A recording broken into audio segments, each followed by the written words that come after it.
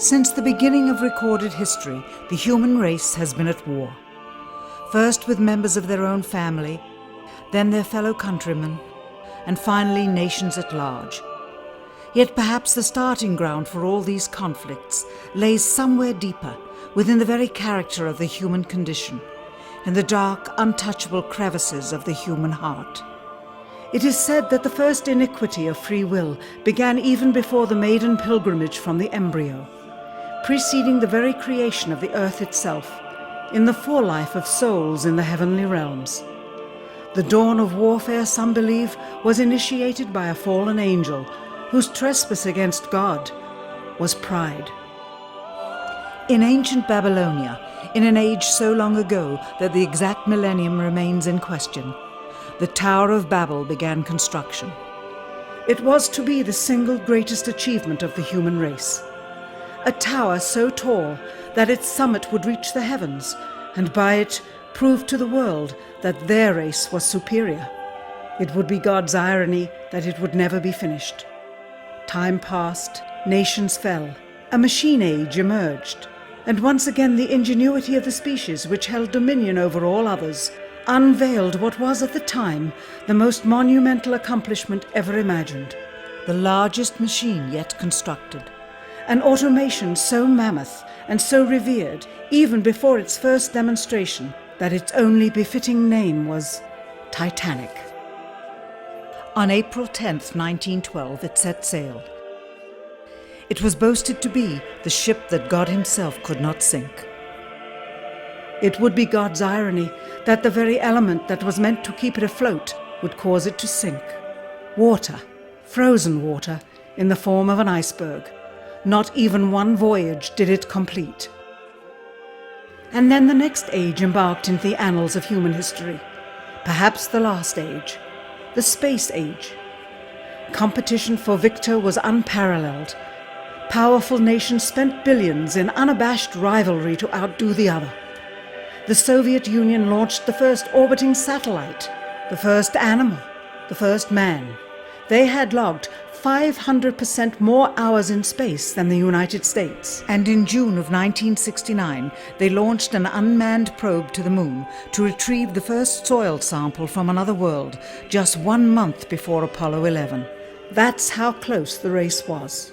Had their unmanned probe not crash-landed into the lunar surface, the first moon rock brought back to Earth would have been by the Soviet Union. Richard Nixon, president at the time, had this to say about the latest work of the human hand. It is the greatest week since creation, the greatest event since the laying of the foundation of the seas, since the origin of the universe itself, since the design and formation of the delicate human eye through which all these things are perceived, was a flying machine with its 2 passengers landing on its closest celestial neighbor and returning from where it came. Perhaps again, God's irony lies somewhere within this great boast of humankind. The building of the tallest tower for the sole purpose of standing out among the races was never finished. The machine that was so great that it was said to be untouchable by even God never completed its first voyage. And finally, the crowning achievement of humankind, the greatest boast of the species, the event in human history most associated with pride in our own accomplishments, landing on the moon. 20 years later, and years behind schedule, the same space program couldn't put into Earth orbit a telescope with a lens that focused. And yet 2 decades earlier, a mission 100 times more complicated worked on its first occasion. With close scrutiny of the motives of the zealous Nixon administration, a critical examination of the entirely government-controlled press coverage, and newly discovered footage of the crew of Apollo 11 staging part of their mission, we wish to detail what may come to be the greatest government conspiracy of all time. A funny thing happened on the way to the moon.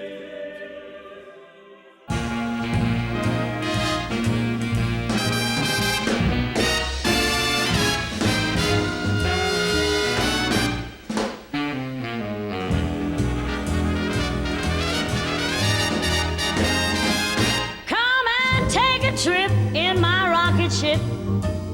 We'll have a lovely afternoon, kiss the world goodbye, and away we'll fly. Destination moon. We'll travel fast as a light till we're out of sight. The earth will be like a toy balloon. What a thrill you'll get riding on my jet. A destination moon. We'll go up, up, up, up. Straight to the moon we two. High in the starry blue. I'll be out of this world with you. So away we'll steal in my space mobile, a supersonic, a honeymoon. Leave your cares below, pull the switch, let's go. A destination moon.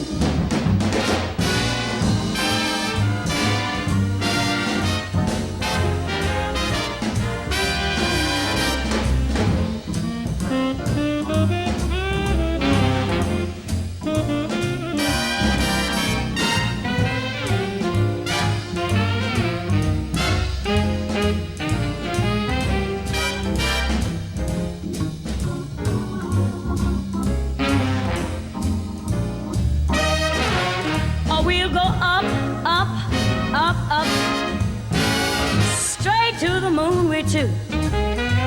We'll be high in the starry blue. I'll be out of this world with you. So away we'll steal in my jet mobile, a supersonic, a honeymoon. Leave your cares below, pull that switch, let's go. Destination. We're flying high up in the sky. Destination moon.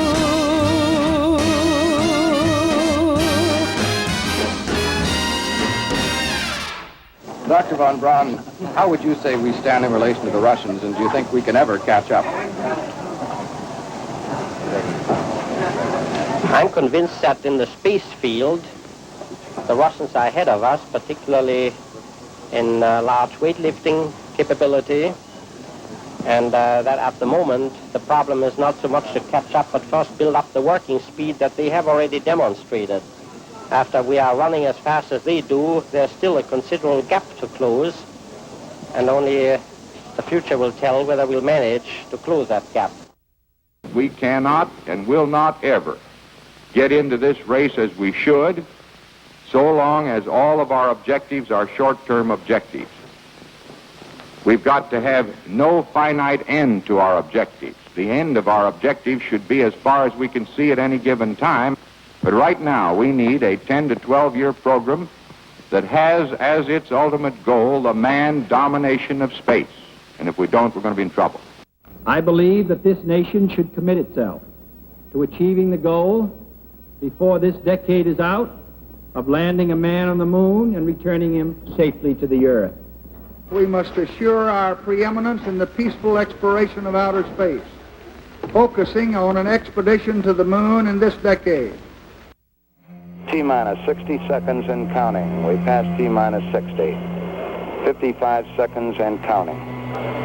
Neil Armstrong reported back when he received the good wishes. Thank you very much. We know it will be a good flight. Good luck and Godspeed.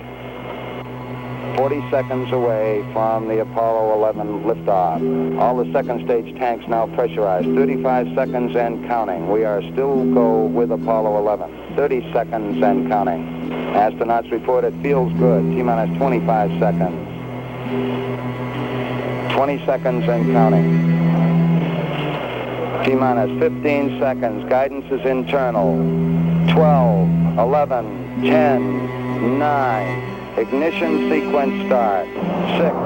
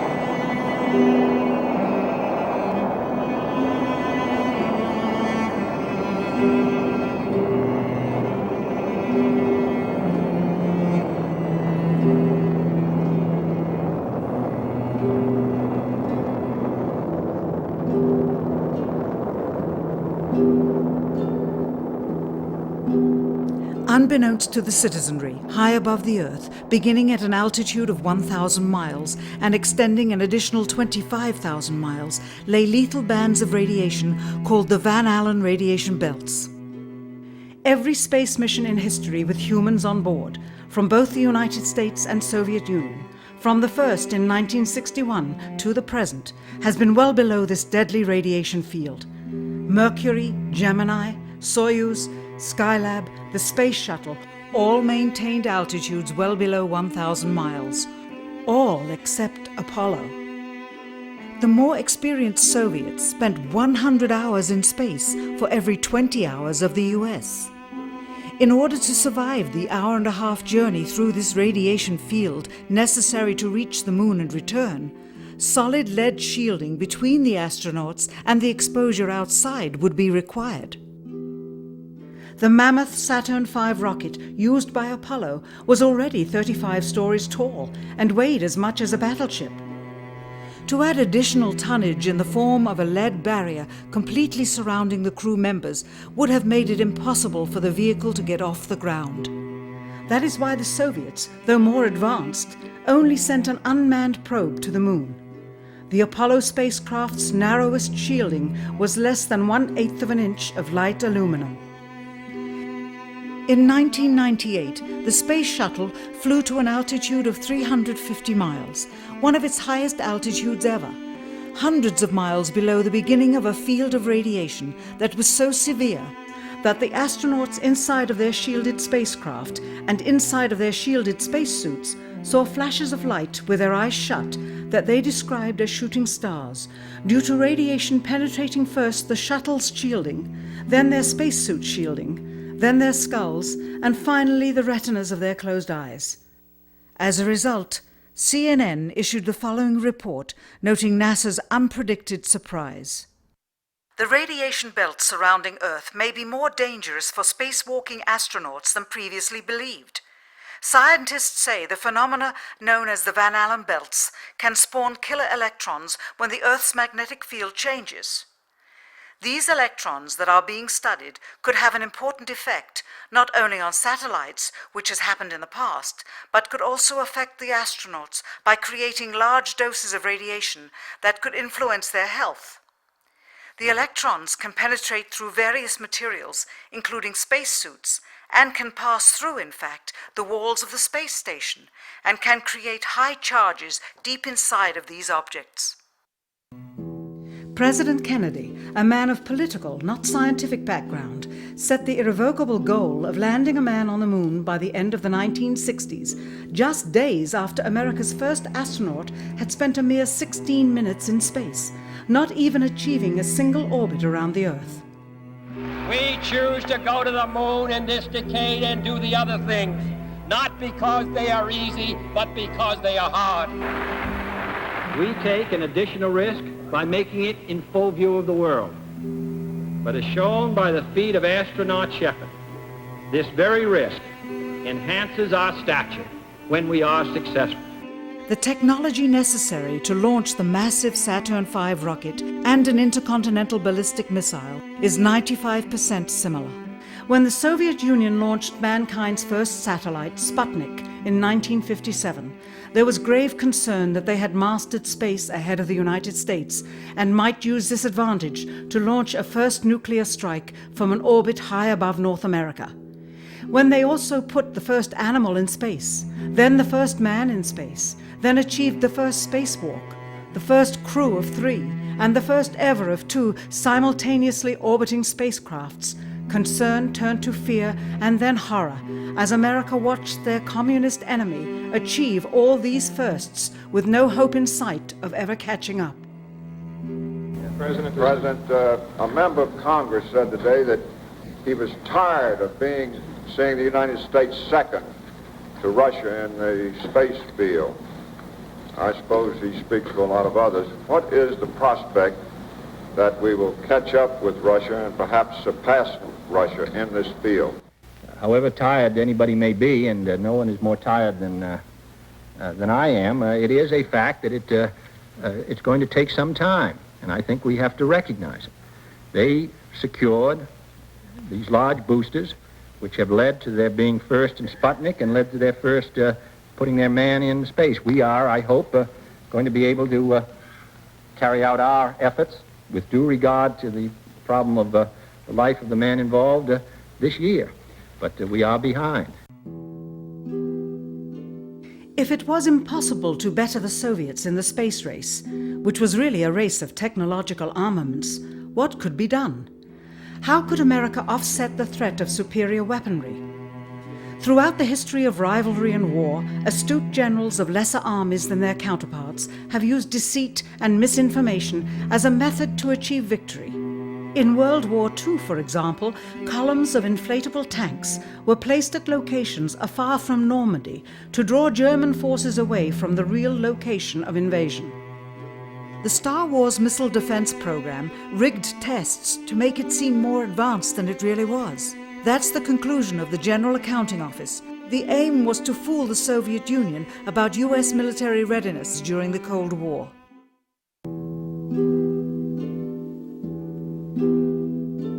Certainly, it was not possible to fool just the Soviets about US strategic capability in the 1960s, while somehow informing 200 million Americans of the truth secretly. In order for them to believe the United States had the capability to go to the moon, everyone would have to believe it.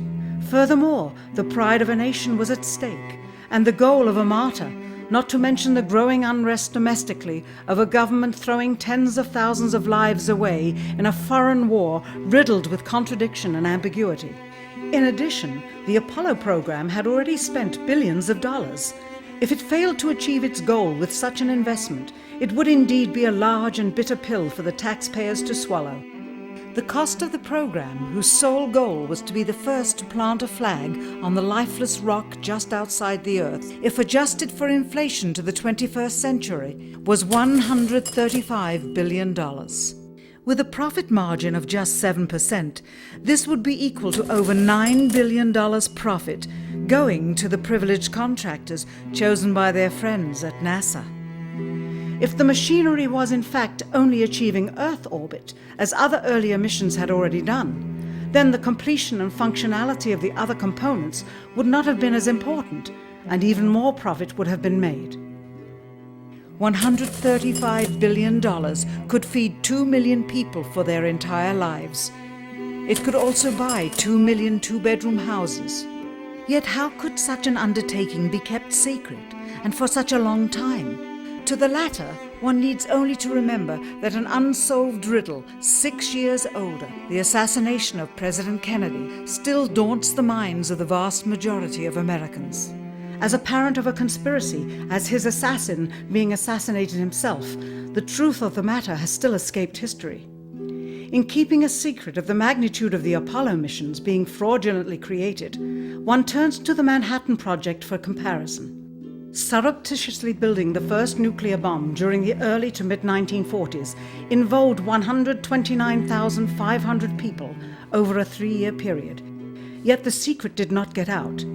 A quarter century later, the art and technology of espionage inevitably improved, narrowing dramatically the number of players in the know of a large clandestine operation. Just 1 year before the first mission to the moon, NASA launched the Tetra satellite, specifically designed to simulate flight data coming from the moon, so that the ground crews could rehearse the landing, much as the astronauts did in their own simulations. Had it not supposedly fallen back to Earth, all that would have been needed during the actual flight would be a repeat of one of these computer programs, with a few original variations, transmitted to the satellite for rebroadcast to Houston. Scores of computers and their deceived operators on the ground would then receive prearranged information, including the alleged location, altitude, and fuel consumption of the spacecraft, as if it were descending to the moon's surface. If the Soviets tried to find the actual location of an Apollo crew in the hundreds of thousands of miles surrounding the Earth and the moon, it would be tantamount to trying to find a rowboat in the Atlantic Ocean. The fact that the Apollo program was so departmentalized, with various construction and test sites around the country, meant that only a few people saw the whole picture. And for the first time ever, there was no independent press coverage of such an historical event. Whatever pictures and sound were distributed to the public were strictly controlled and previewed by the federal government. They were then disseminated unchecked until this hour. For who would realize that the unthinkable was not only possible, but absolutely true?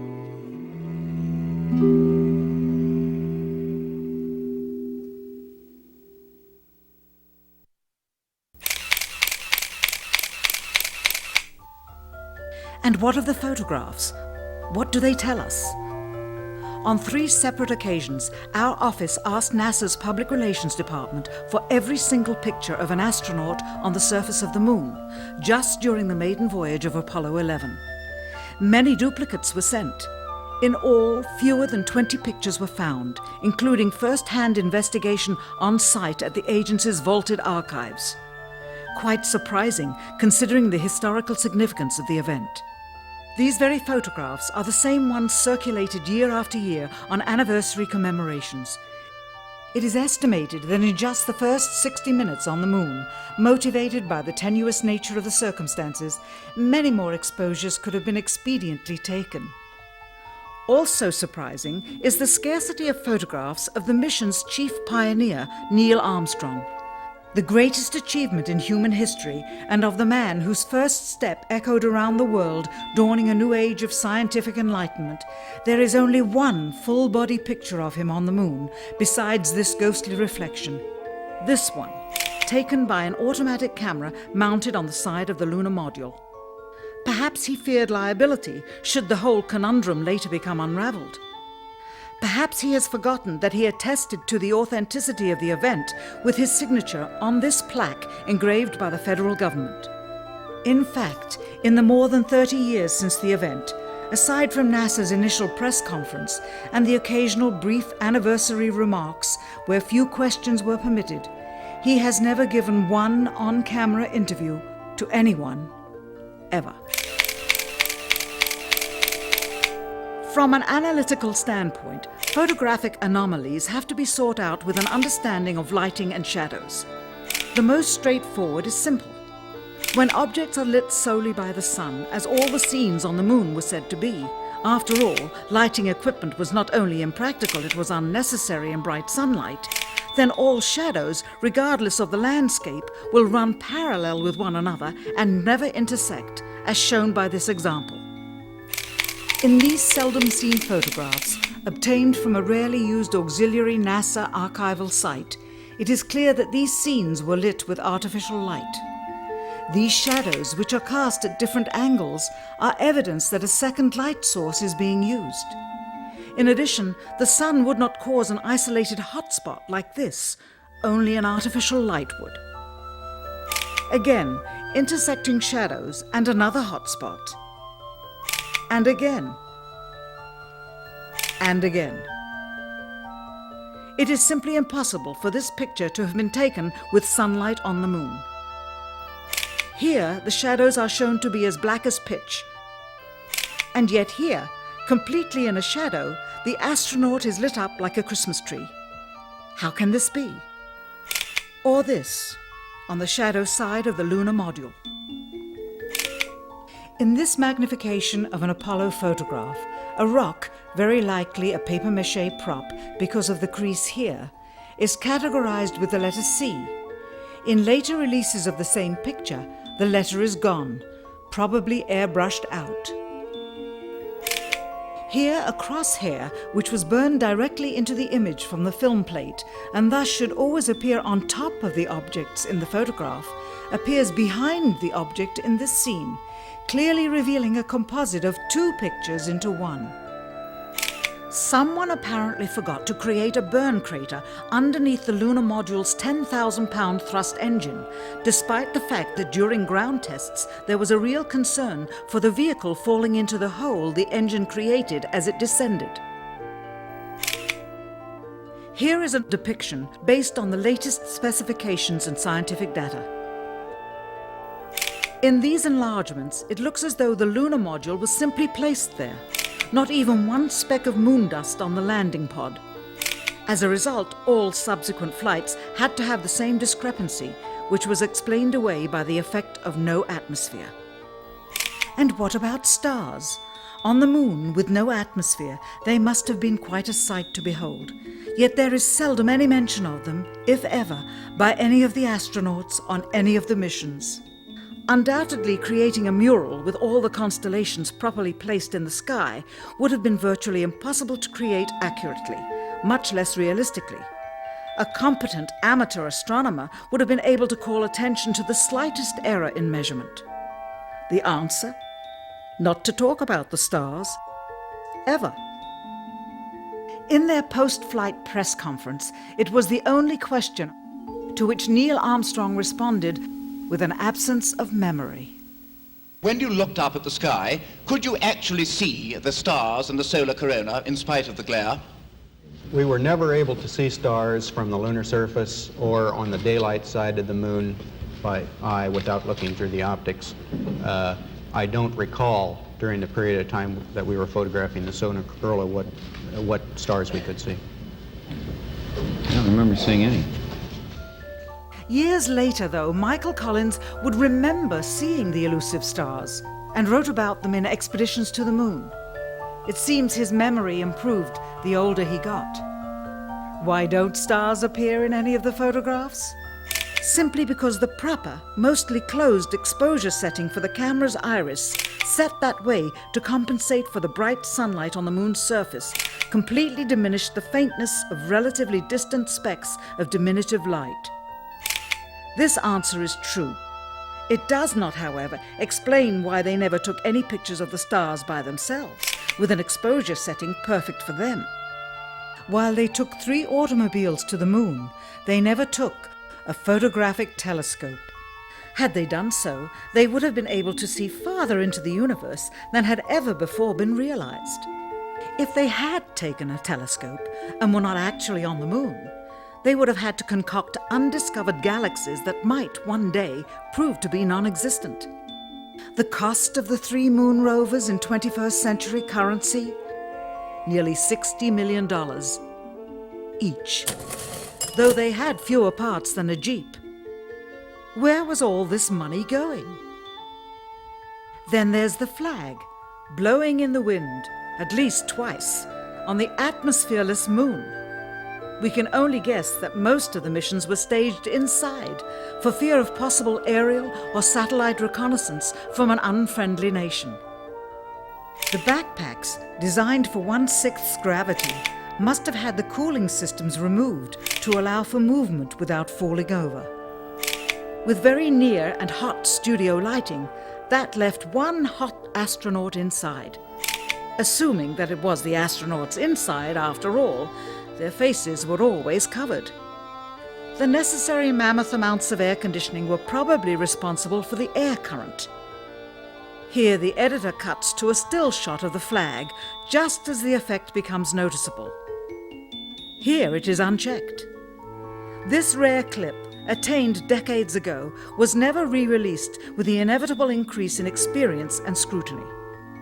To demonstrate 1/6 gravity, a bouncy, floaty feel to the astronauts' movements would be similarly achieved with relative simplicity. Slow motion. You are viewing the scenes as they aired more than 30 years ago. Now let's look at them with the speed doubled.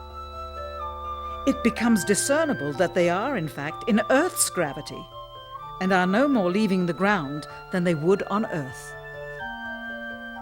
It is clear from these rarely seen color television pictures that the crew of Apollo 11 brought a high-resolution color video camera with them on their mission, yet the only pictures broadcast live from the moon's surface were these from a low-definition black and white camera. In fact, the networks complained because in addition to this, they were forced to shoot the images, second generation, off of a projection TV of the technology of 30 years ago, and were not even allowed to take a direct feed, which further degraded the quality and clarity of the images. Perhaps this was precisely what NASA and the federal government had in mind. After all, it was a first, regardless of where they were. Better to open up their debut mission with fuzzy pictures and numerous blackouts, rather than show too much revealing detail of a false scene that was yet unproven. And finally, the element that seals their fate. Of all the footage of Apollo 11 requested from NASA over a 5-year period, one gem was discovered just before the completion of this documentary. An old reel received by mistake.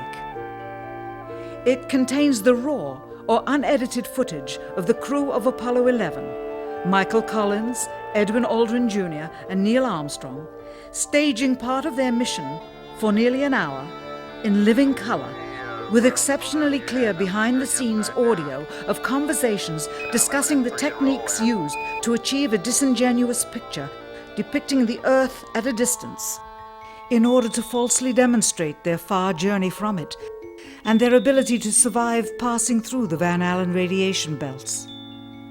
It cannot be misconstrued that this staging was done for some other reason prior to the mission, for the reel itself is slated and dated July 18th, 19th and 20th, 1969, the very days of the mission when they were said to be approaching and achieving lunar orbit. Furthermore, it is apparent they are in genuine zero gravity aboard the actual spacecraft, necessary to convince the mass media of their authenticity, just not any further than Earth orbit, as you will see. In this never-before-seen or heard footage, not only is the radio conversation between the astronauts and Houston Control audible, there is a secondary, private conversation taking place between the crew and a third confidential party, prompting the astronauts with what to say, when to speak, and how to effectively manipulate the camera to achieve the desired misleading effect.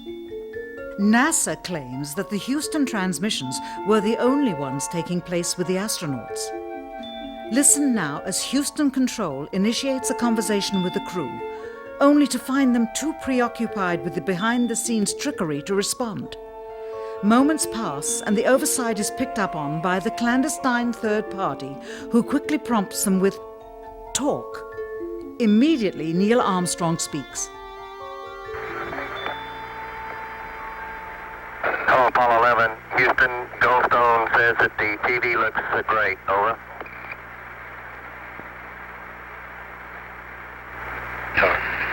Okay, Roger. We're wrapping in on Earth. Again, the illusion they are attempting to create is the Earth at a distance to demonstrate their far journey from it and their ability to survive passing through the Van Allen radiation belts. Understand, too, that only about 20 seconds of this raw footage was ever broadcast to the public, and these conversations discussing their deception were believed to be private. Until now. Here they discuss that these television transmissions were in fact not broadcast live as everyone believed. They were first screened and edited for playback later. Roger, Neil. We just wanted a narrative such that we can, when we get to playback, we can sort of correlate what we're seeing. Thank you very much. Here they discuss the fact that they have turned out the lights and have blocked out sunlight from entering the spacecraft through the other windows, as to not cause any reflected light to fall onto the spacecraft's wall in the foreground. Okay, very good. Well, we shut out the sun coming in some of the other windows into the spacecraft, so it's looking through the number one window, and there isn't any reflected light. The reason this was done is so that the truth of the matter would not be revealed. It is this. Though the federal government would have you believe that this is a view of Earth from a distance out of the spacecraft's window as it nears the moon, it is not. What they have ingeniously done is placed the camera at the back of the spacecraft and centered the lens on a circular window in the foreground, outside of which it is completely filled with the Earth in low orbit. The circumference of the window then appears to be the diameter of the Earth at a distance, with the darkened walls of the spacecraft appearing to be the blackness of space around it. That is why they wanted the interior dark and blocked out the sun from entering through the other windows. Here you can see the extruded window, probably 2 inches thick at the bottom. This is because the Earth's shine is coming in at a downward angle. It also causes the Earth to appear to be an irregularly shaped circle, for you are seeing the outside of the window at the bottom and the inside of the window at the top, which together form 2 different sized halves of a circle. Subsequently, this take was never used. As they perfected the shot, a crescent-shaped piece of black material was inset slightly into the window to create the illusion of the Earth's terminator line dividing night and day. It is uncannily convincing. During this segment, intended to be edited and played back later for the worldwide television audience, dated July 18, 1969, Neil Armstrong condemns himself as he states that he is 130,000 miles out, or halfway to the moon, as the NASA flight log also states on this date, when he is in reality in low Earth orbit of a few hundred miles. Roger, Houston, Apollo 11. Calling in from about 130,000 miles out. Here, during another segment, also intended to air after review, Neil Armstrong falsely explains to the viewers how the shot is attained by putting the camera's lens to the window's glass, as it would have to be if they were the claimed distance away from the Earth. We only have one window that has a view of the Earth, and it's filled up with a TV camera. If the window was completely filled up with a TV camera, as he stated, then an astronaut's arm would not be able to get between the camera and the window, as it obviously does here in this outtake. South America becomes invisible just off beyond the Terminator or inside the shadow. You can also notice how the astronaut operating the camera reacted to the mistake by attempting to pan away from it. Blue gas, see white bands of major cloud formations across the Earth. This is a segment that they believed wasn't even being recorded, much less suitable for broadcast, for the lens was being zoomed out and the scene was being changed to that of an interior of the astronauts at work, and apparently the stop button popped back up on the recorder without notice. Here is the diffused work light that they used to see camera controls, but not throw light onto the spacecraft's wall. Here they remove part of the crescent insert.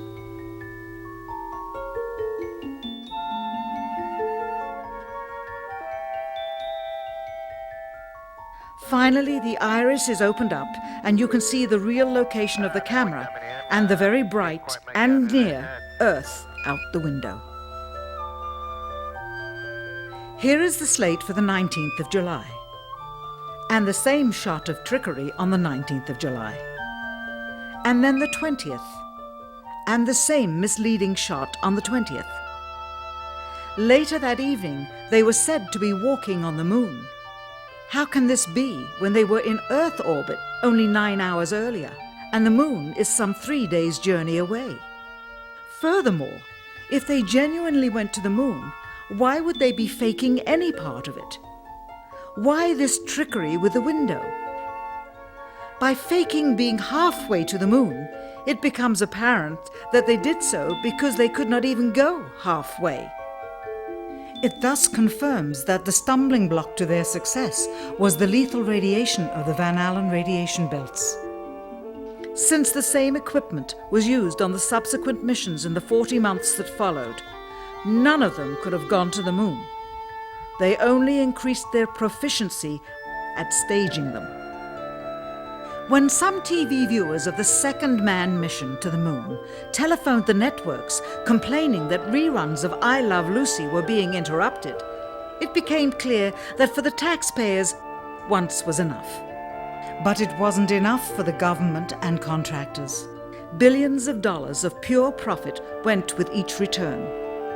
How coincidental that the following mission would have the element of life and death jeopardy. Apollo 13. Now the public would take going to the moon more seriously and be reconnected with the drama. We now realize that perhaps the reason Neil Armstrong has never given an on-camera interview is because he doesn't want to lie anymore. What threats may have been made upon such honorable men or their families to possess their reluctant cooperation and later ill feelings towards perpetuating this still darkened hour in American history. NASA's highest-ranking official, James Webb, resigned without explanation just days before the first Apollo mission. Why, when he was on the threshold of achieving the greatest accomplishment of his career? All 3 Apollo 11 astronauts also resigned shortly after their return. On the 25th anniversary of the event in 1994, Neil Armstrong made a rare public appearance and held back tears as he spoke these brief cryptic remarks before the next generation of taxpayers as they toured the White House. Today we have with us a group of students among America's best. To you we say, we have only completed a beginning. We leave you much that is undone. There are great ideas undiscovered, breakthroughs available to those who can remove one of truth's protective layers. He is that layer. Perhaps someday soon, with the uncovering of this footage and its meaning, the true patriots of America will rise up or come forward and free the citizens and themselves from the sin that so easily entangles and from a federal government that needs to have the gangrene cut off. Even if the government's destruction would come from the truth, then it is not worthy to stand, and its betterment would inevitably follow. All of us are mortal. All of us will die. Perhaps the seeking of a clear conscience before that hour will motivate the truth into the light. Perhaps as citizens we should offer amnesty for this and other crimes of history, for facts from those involved, before the truth perishes with them. Why must we wait until the year 2017 to open the Kennedy assassination files? Perhaps they will not even be opened then, for the law that reluctantly stipulates their release says so with this clause, quote, with the exception of documents certified for continued postponement by the President. Whoever believes the citizens to be too immature for the truth are too immature for power. The truth will always set us free.